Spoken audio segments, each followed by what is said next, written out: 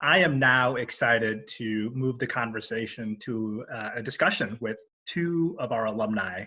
Uh, they are the winners of our awards, Justin Pitts and Jennifer Dixon. Justin Pitts won our 2020 Francis and Elliot Lehman Excellence in Teaching Award.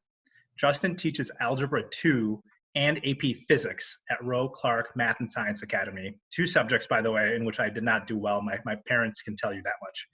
And there he strives to empower his students as critical thinkers, enabling them to leverage their math education to drive change in their communities and beyond.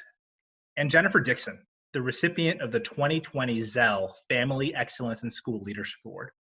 Jennifer is the principal at Palmer Elementary School, where, according to Stanford University research, learning rates are 28% higher than schools with students from similar socioeconomic backgrounds.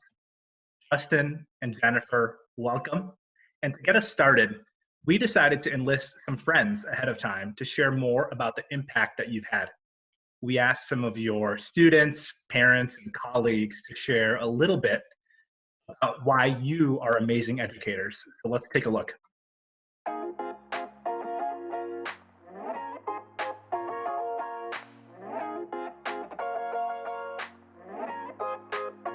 She is caring and cares about her students and teachers and everybody around her. She does a great job of being a principal, and I appreciate her being at Palmer. Today, as superintendent, when I look for principals who I will put in some of our schools, I think of you. You are the standard for excellence that every principal should be. She worked very, very closely with us, communicated very closely with us when we were trying to figure out where we wanted to send our son to school. We recently moved to the area. We explored a lot of options as to where he could go, where he would get the best support, where the best teachers, and most importantly, where the best school leadership. And throughout the entire process, Principal Dixon answered every single question at any time, night or day, and really assured us that she would be there in addition to her school staff in order to support Aviv when he went to school.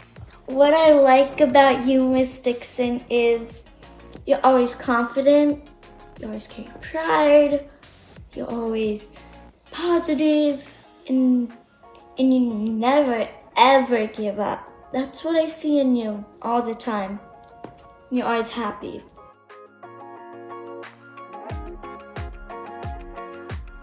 You actually helped me mature a lot over the past 3 years in high school. When I first met you my freshman year, I wasn't as mature as I was now. I appreciate everything you have taught me as a student and as a young man. You don't just teach, you care about the students, and the way you teach them is it shows that you want them to be successful in life. I was fortunate enough to see that every day during the summer training, not only in our interactions, but in the meetings that he ran, in the interactions he had with our students. And I look back at those moments and I reflect on them, and I try to be a little bit more compassionate, a little bit more caring, a little bit more understanding, and that's thanks to Justin. You comfort me in the classroom, which helped me learn. Because in some classrooms, I get lost in the shuffle. But you will if you see I'm getting lost, you'll help me out. You taught us how to advocate for ourselves. When we need help, just don't sit back and then just think everything will just fall in place. You taught us to if we need help to go out and get it. When the class have our little personal talks about us being students and growing up in Chicago and how it's going to affect us in a later life, you're that type of teacher that is able to initiate that conversation, and it keeps us on our toes because we know that we're this part of this group that doesn't get the same opportunities or as much opportunities as other people. So we know how things are going down, but it's different when we're able to have that type of conversation in a classroom environment.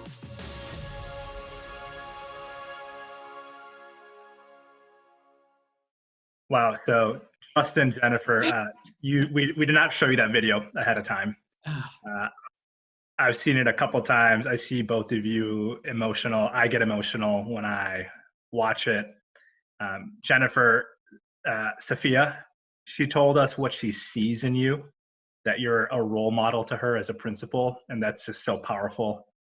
Justin, I think about what Sir Kenneth said, how you don't let him get lost in the shuffle.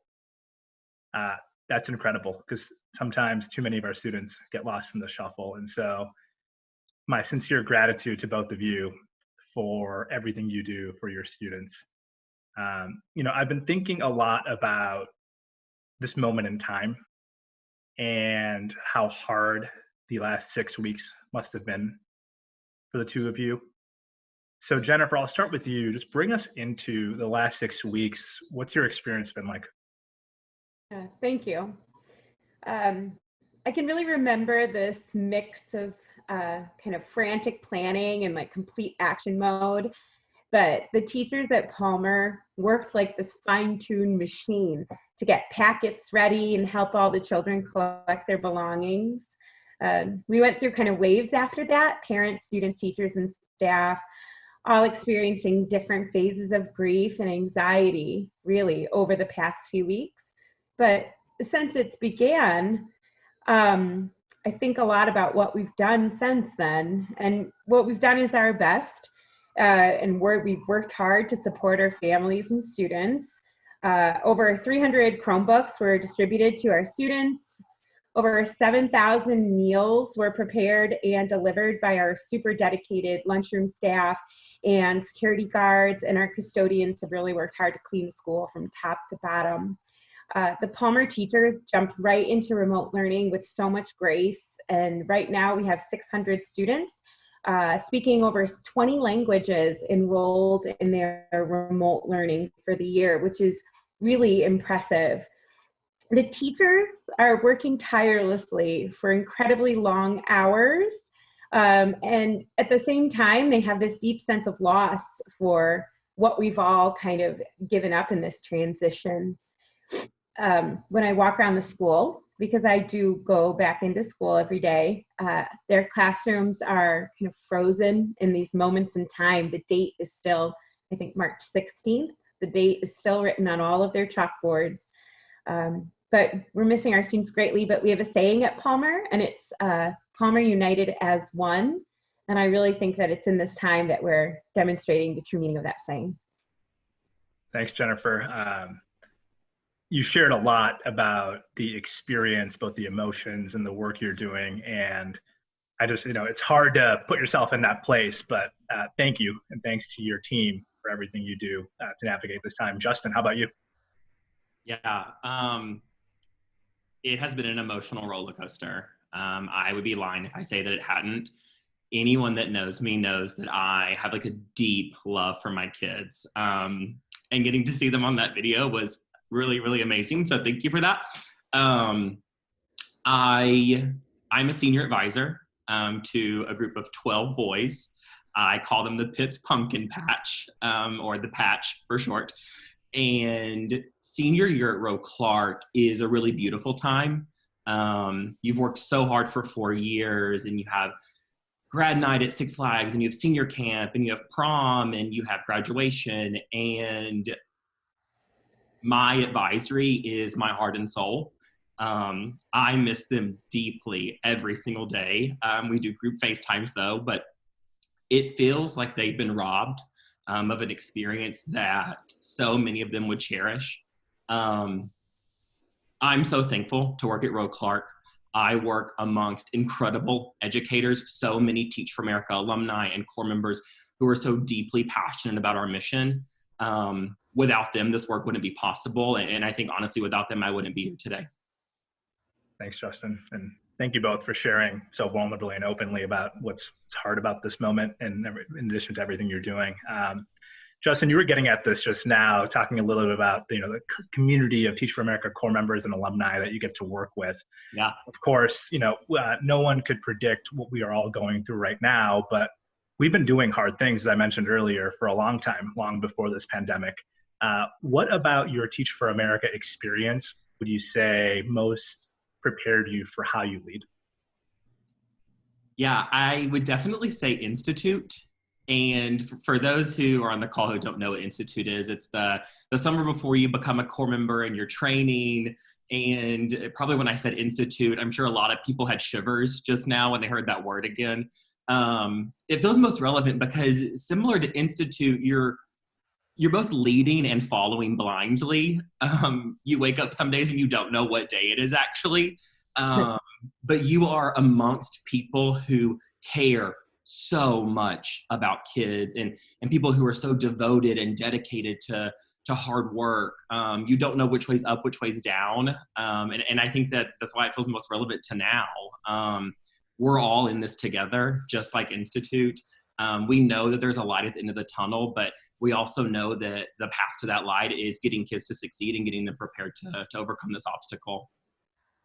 Thanks, Justin. I appreciate the walk down memory lane. Institute, is this 24/7 immersion into what it means to be prepared to be a teacher. And I heard you really say the ability to demonstrate resilience in moments of challenge have really helped you out. Jennifer, what would you say? Yeah, if I think back to my first couple years of teaching, I'm not quite sure I was the best teacher I could have possibly been. It was extraordinarily difficult. And what I remember about it, though, is just coming back each and every day. And I remember this feeling that I had of never giving up. I kind of refused. I refused to give up on my students.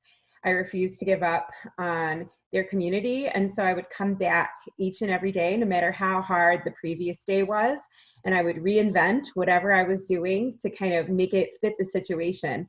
I think a lot of those skills make a lot of sense right now. The ability to get up every day, despite any new challenges that you're facing, and figure out what you're going to do today to just make it work for kids, because they matter and we matter to them. And so I think really that is how it kind of translates. Yeah. I appreciate that. Thank you both. And Jennifer, I think this idea that we will hold the highest of expectations for our students and we believe so deeply in them really resonates. So one more question for you both. Justin, we'll start with you. I think we're looking at you and your students here on the screen. When I look at our students, when I think about how incredible you both are and all our educators are, I can't help but actually also think there is some hope in the future in this very challenging time. What hope do you have for the future and for your students? Yeah, I think the picture you showed was actually perfect, because something I've been thinking about recently is teaching high school. One of the experience is when a kid comes back and pops in my room after they've graduated and tells me that they're transferring back home. And I think right now, the message that I'm trying to convey to my senior students, especially to my advisory, is use this time to really understand what it means to take educational ownership. And when they're away at school and they're hundreds or thousands of miles away and they're not able to see their friends every day, or they go to 2 classes and they have all this time to figure it out with, that really gives me hope for right now. Thanks, Justin. Yeah, I think I love the idea that maybe what we're experiencing now is something that students were going to experience in a different way when they're in college, and it's maybe the preparing ground for them. I appreciate that perspective. Jennifer, what about you? Thanks. I think that the Palmer community will come out of this stronger than ever. I know that it's in these times of adversity that you kind of learn the limits of what you're able to accomplish. And I think at Palmer, we've already shattered the notion of any boundaries around what's possible for our kids. We're genuinely worried, as many educators are right now, about the lack of face-to-face instruction, and we know that our students are missing out on it. But I can really say this wholeheartedly, that at Palmer, we've proven this year after year that we know what we need to do to move our students forward towards their goals, no matter what the obstacle is. And we'll do it with love and with grace and with a continued tending. I think this is super important right now to our students' social emotional development. And I think coming back together after this will mean focusing on just that, our students' emotional well-being, as well as the emotional well-being of our teachers, our staff, and our families. It'll be a time of healing, and resilience is really going to guide us. I know that we're going to rise up again, and as always, we're going to show our students how capable and amazing they really are. Thank you, Jennifer. Thank you, Justin. You both are amazing, and in large part, I think you both are amazing because you believe so much in your students and you really lean into them and invest in them. Thank you for being with us tonight, and thank you for taking the time, especially now, given everything else you're managing. We appreciate it.